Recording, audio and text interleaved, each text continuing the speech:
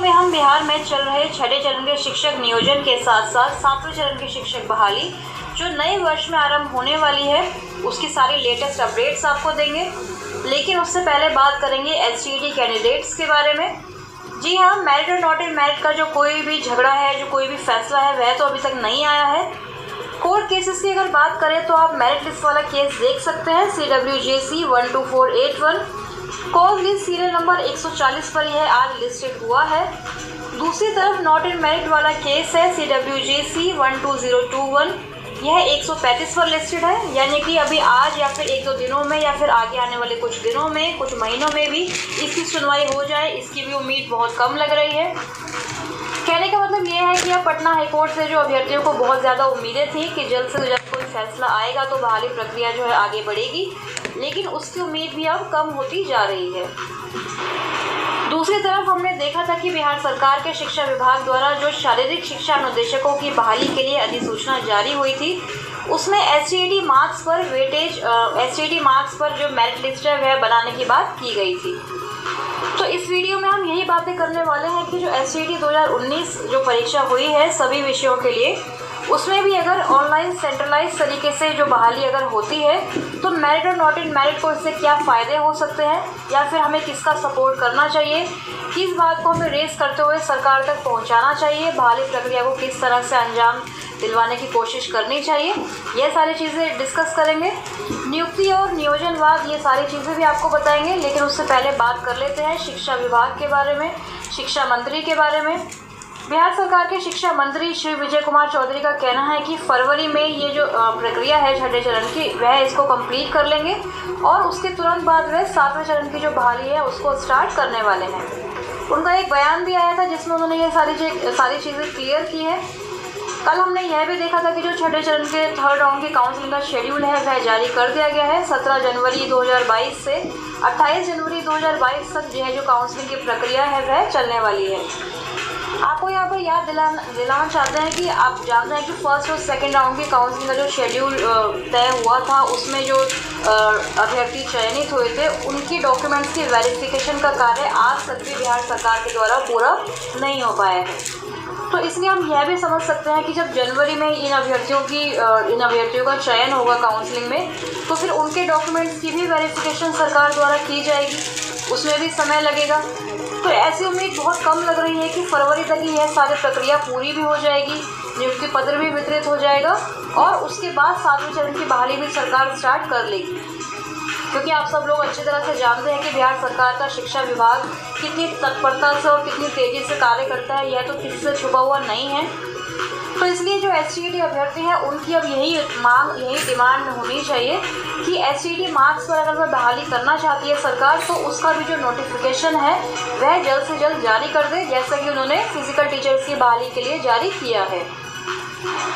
क्योंकि जब विज्ञापन एक साथ निकाला गया था, चाहे फिजिकल टीचर्स की बहाली का हो या फिर बाकी विषयों के अभ्यर्थियों की जो एसटीईटी परीक्षा थी उसका नोटिफिकेशन जब एक साथ आया था 2019 में, तो जो बहाली प्रक्रिया है वह भी एक साथ ही स्टार्ट होनी चाहिए। हालांकि अभी बिहार सरकार ने एसटीईटी सर्टिफिकेट डिस्ट्रीब्यूशन को लेकर कोई भी जो विज्ञप्ति है, कोई भी अधिसूचना, कोई भी इन्फॉर्मेशन जो है साझा नहीं की है। एसटीईटी सर्टिफिकेट भी अभ्यर्थियों को नहीं मिला है, तो उसके बाद बहाली ये स्टार्ट करेंगे या फिर बहाली पैरेलली स्टार्ट कर सकते हैं, यह भी देखने वाली बात है। लेकिन जो एसटीईटी अभ्यर्थियों की बहाली है वह ऑनलाइन होनी चाहिए। सबसे पहले तो जो एप्लीकेशन हम फॉर्म सबमिट करते हैं वह ऑनलाइन मोड में होना चाहिए, ताकि हमें नियोजन इकाइयों में जाकर हर जगह चक्कर लगाने की ज़रूरत ना पड़े। दूसरी तरीका यह हो सकता है कि सेंट्रलाइज तरीके से, जैसे ये लोग बात करते थे हमेशा से ही, शिक्षा विभाग के जो अपर मुख्य सचिव हैं संजय कुमार का भी यही कहना था, शिक्षा मंत्री ने भी पहले यही भरोसा दिलाया था कि ऑनलाइन और सेंट्रलाइज तरीके से ये बहाली होगी, तो उसी तरह से होनी चाहिए।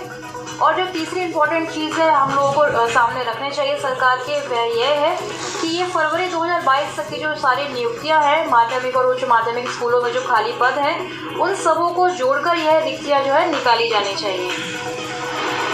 क्योंकि नियमावली में अगर सरकार थोड़ा संशोधन कर रही है तो यह सारी चीज़ें भी उसमें इंक्लूड होनी चाहिए कि ऑनलाइन और सेंट्रलाइज तरीके से अब शिक्षकों की जो बहाली है वह की जाए। SCET मार्क्स पर अगर सरकार बहाली करना चाहती है, मार्क्स के आधार पर ही वेटेज देकर बहाली करना चाहती है, तो जो 30,675 सीटें हैं वह मेरिट लिस्ट वाले अभ्यर्थियों की होंगी। तो इसलिए सरकार के लिए ये ज़रूरी हो जाता है कि अगर वह सभी SCET क्वालिफाइड अभ्यर्थियों को नौकरी देना चाहती है, अभ्यर्थियों को बहाल करना चाहती है, तो सीटों की संख्या जो है बढ़ाए और फरवरी तक ये जो सीटें हैं जो भी खाली होती हैं, खाली हैं अभी भी माध्यमिक और उच्च माध्यमिक विद्यालयों में, उन सभी की गिनती करके उनको जोड़ा जाए। छठे चरण की जो नियोजन की जो सीटें बाकी बच जाएंगी अभी, क्योंकि हम देख रहे हैं कि छठे चरण में जो माध्यमिक उच्च माध्यमिक के लिए अभ्यर्थी हैं पर्याप्त नहीं है या फिर वह कहीं और ज्वाइन कर चुके हैं, तो उनकी भी जो सीटें खाली रह जाएंगी उनको भी आगे 7th फेज़ में फॉरवर्ड कर दिया जाए, तो और थोड़ी सी जो सीट्स हैं वह बढ़ सकती है। तो इस तरह से अगर यह सरकार करना चाहती है तो सभी अभ्यर्थियों की बहाली जो है उसको सुनिश्चित किया जा सकता है।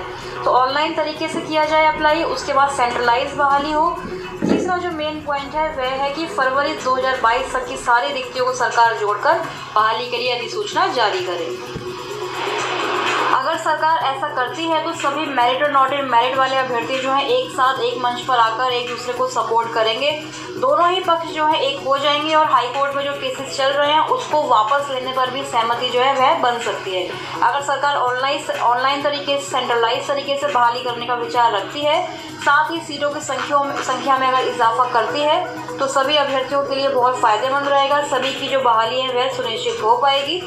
क्योंकि आप देख ही रहे हैं कि छठे चरण के नियोजन में जो मेधा सूची बनाई जाती है, एकेडमिक मार्क्स पर जो बहाली की जाती है, उसमें कुछ ही ऐसे अभ्यर्थी होते हैं, कुछ ही ऐसे गिने चुने कैंडिडेट्स होते हैं जो हर नियोजन इकाई में या फिर हर जगह मेरिट लिस्ट में सबसे टॉप पर रहते हैं, क्योंकि उनका जो एकेडमिक स्कोर है वह काफ़ी अच्छा होता है। चाहे उनके TET में कितने भी मार्क्स आए हों, लेकिन फिर भी उनकी जो मेधा सूची है उसमें ऊपर नहीं आ पाते मार्क्स, उनकी बहाली जो है नहीं हो पाती। और इसी तरह काउंसलिंग में वह जगह जगह चक्कर लगाते रहते हैं। तो इस तरह की चीज़ों से अगर हम बचना चाहते हैं, नियोजन लाभ की प्रक्रिया से बचना चाहते हैं, क्योंकि ये बहुत ज़्यादा टाइम टेकिंग भी है, बहुत लंबी चलती है ये प्रक्रिया और कुछ ही अभ्यर्थियों की बहाली इसमें हो पाती है। तो इसलिए हम लोगों को अब यही डिमांड रखनी चाहिए कि सभी अभ्यर्थी जो है मेरिट नॉट इन मेरिट की लड़ाई को भूलकर केवल SCET मार्क्स के आधार पर ही बहाली की बात को आगे बढ़ाएं और जो सीटों की संख्या है वह फरवरी 2022 तक सरकार जोड़े और तभी उसके बाद अधिसूचना जारी करे।